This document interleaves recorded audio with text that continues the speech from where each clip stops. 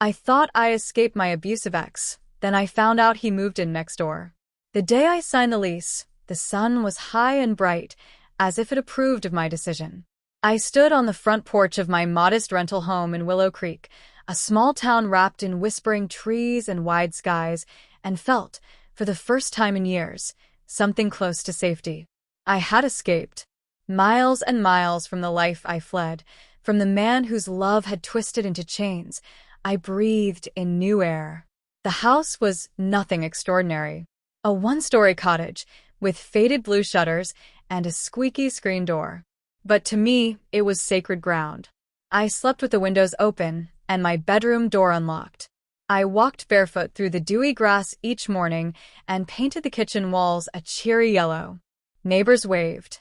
The mailman smiled. I was beginning to believe again in good things. 3 weeks in, I was folding laundry when I heard the growl of a familiar engine. It sent a jolt through me, primal and immediate. I stepped out onto the porch, my hands still damp from rinsing detergent. That car. Black, with a dent in the rear fender. A Maryland plate. It pulled into the driveway 2 houses down. I froze. My breath caught in my throat. My heart punched my ribs. He stepped out of the car. Nathan. 1,000 thoughts collided in my head, but none could form a coherent sentence. I backed into my house, closed the door, locked it, then bolted it. My legs carried me into the bathroom, where I slid down the wall to the tile floor, shaking. For hours, I didn't move. I didn't cry. I didn't think. I simply existed in a state of horror. The next morning, I barely slept. My hands trembled as I made coffee. Through the kitchen window, I could see Nathan's house. He was there, laughing with the neighbor's dog, unloading boxes, acting normal. He hadn't seen me yet, I thought. He couldn't have known I was here. Could he? I called the leasing office. No, they didn't share resident information publicly. No, they wouldn't have told a new tenant who else lived nearby. I asked the name on the lease for 117 Oakwood. They couldn't tell me. For days I lived in a fog. I avoided going outside. I drew the blinds. I reinstalled locks on the doors and windows. I researched restraining orders, state laws, tenant rights. But he hadn't broken any laws. Not yet. But he had found me. That much I knew in my bones. Flashbacks came in waves. The time he locked me in the bathroom because I wore a short skirt. The time he threw my phone into the river. The time he told me I was lucky he stayed because no one else would. For 3 years, I lived like a shadow, shrinking myself to avoid his anger. But I left. I ran with a bag, a bus ticket, and hope. I'd built a life here, small and fragile but mine. And now he was here. On the 6th day, I made a choice. I would not run again. I met with a local therapist. I joined a support group. I documented everything, his arrival, the timing, the car. I emailed myself a log.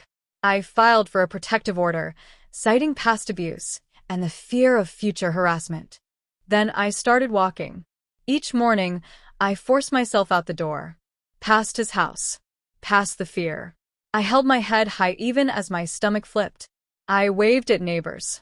I let them see me. One day, I saw him watching me. He stood in his yard, arms crossed. I met his gaze. He looked away first. He began trying to make contact. "We should talk," he said one morning as I fetched the mail. "I'm not here to cause trouble." I said nothing. He knocked on my door once.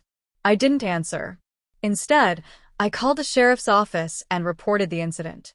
They couldn't arrest him, but they did warn him. After that, he kept his distance, but he was still there. The anxiety never fully left, but something else grew beside it. Resolve. I started writing about my experience. First in a private journal, then in an online forum for survivors. My words reached others. They thanked me. Some shared their stories. One day, a local bookstore hosted a panel on surviving trauma. I was invited to speak. I almost said no, but I went. I told my story. I said his name. When I stepped off the stage, people stood, applauding. A month later, Nathan moved out. I don't know why. I don't care. Maybe he realized I wouldn't run. Maybe he couldn't handle my strength. Maybe he just couldn't scare me anymore. Today, I walk my street barefoot. I garden in the front yard. I wave to the mailman. I am not the woman I was. I am the storm that came after the silence. And I am home.